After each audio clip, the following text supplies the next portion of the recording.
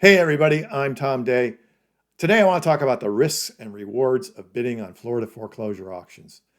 There are substantial risks to bidding at these auctions. People can and do lose money all the time.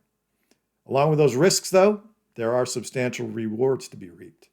So let's jump right into it. In my mind, it's the best opportunity to find deals in Florida right now. You're not going to find deals in the MLS unless you're the type of person that's willing to make lowball offers all day long and hope to find a motivated seller. Uh, Florida is over prospected. There's 200,000 agents in Florida and probably as many investors that are hitting homeowners hard.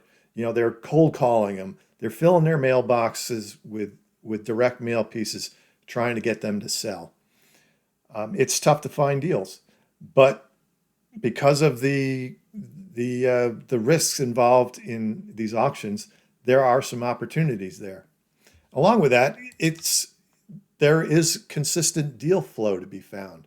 If you're a professional rehabber, you know you need consistent deal flow in order to keep your business running. In the major metropolitan cities and counties, Palm Beach County, Broward County, Miami-Dade County, there are auctions 4 days a week at least. And that goes for Tampa area and Orlando as well. In the smaller counties, maybe there's one day a week where there's auctions. There are auctions 5 days a week somewhere in Florida.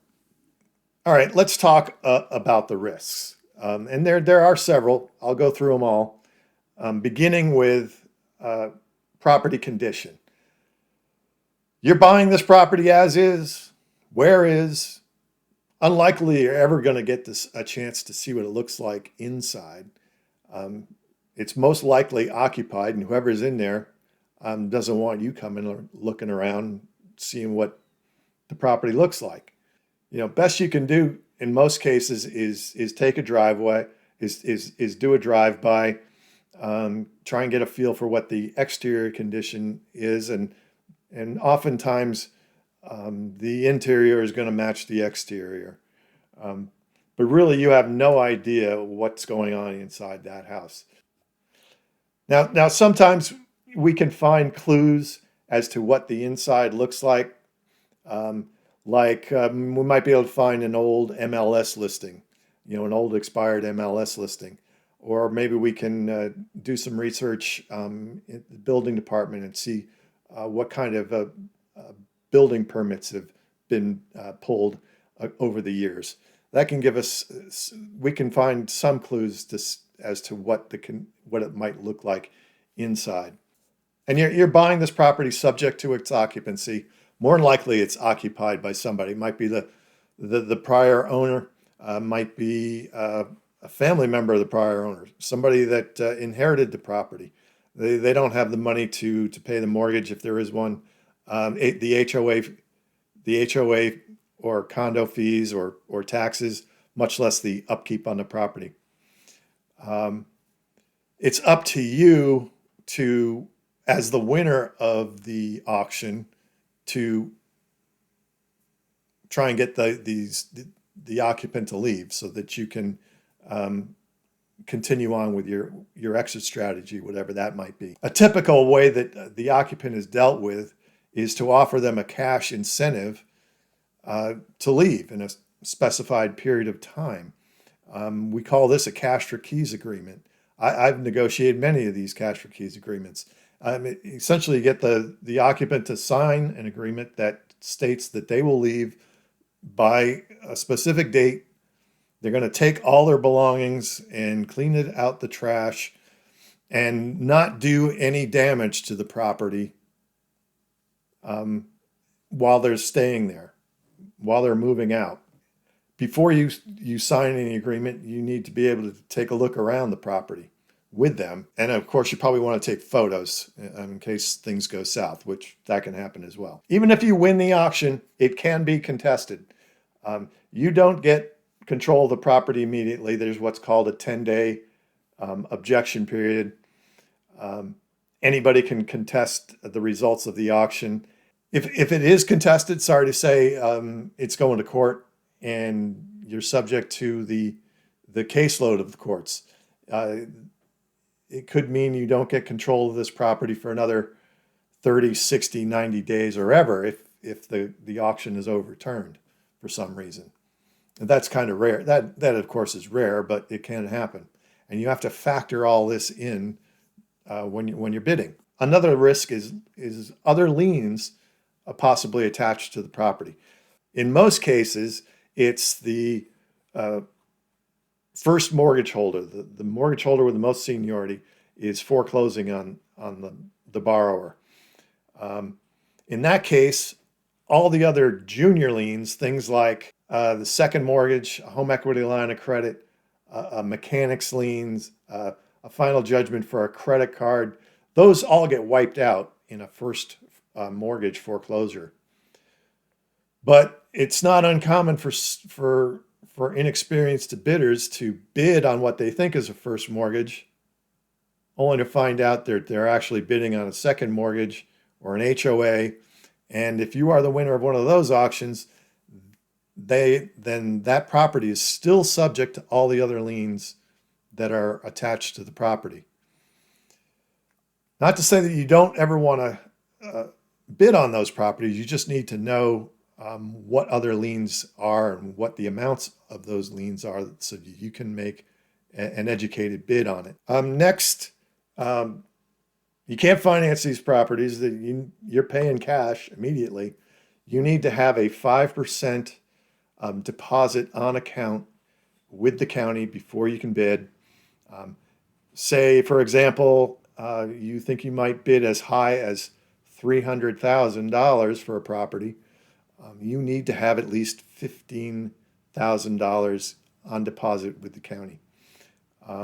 If you happen to try and bid over that, your bid won't count because you don't have enough deposit. If you are the winner of the auction, you have until the next business day to pay the remaining balance off. If you don't pay that balance off, then you're going to lose your deposit. So you better have that money ready to wire to the county or hand deliver, whatever. There are due diligence costs that you may never recover in both your time and money spent doing lien searches. You want to spend some time visiting the property, try and get an idea of what the property condition is, what the neighborhood looks like, what the neighbors are like, before you bid. And you can spend money on a lien search. Incidentally, a lien search can be $50 maybe $100, somewhere in between.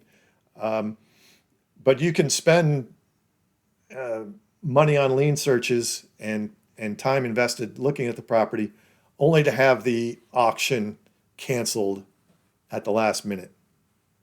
Not to say that property won't come back up for auction later, but you will spin your wheels a bit in due diligence and the cost of doing lien searches on properties you may never win.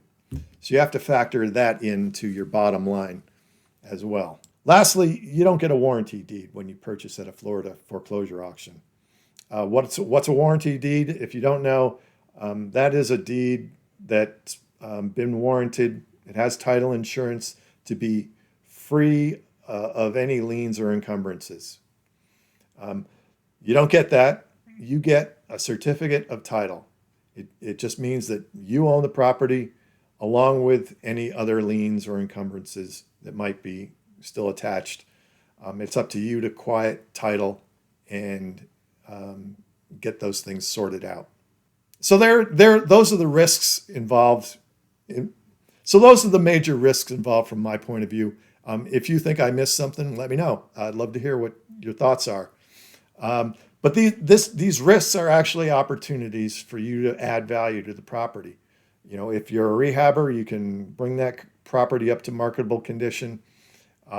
You can, of course, offer, once you've cleared all the title issues, you can offer a warranty deed along with that property. And that's the value you're adding. What should you be bidding on a property? Well, I'll go into that further, but there is no real set amount.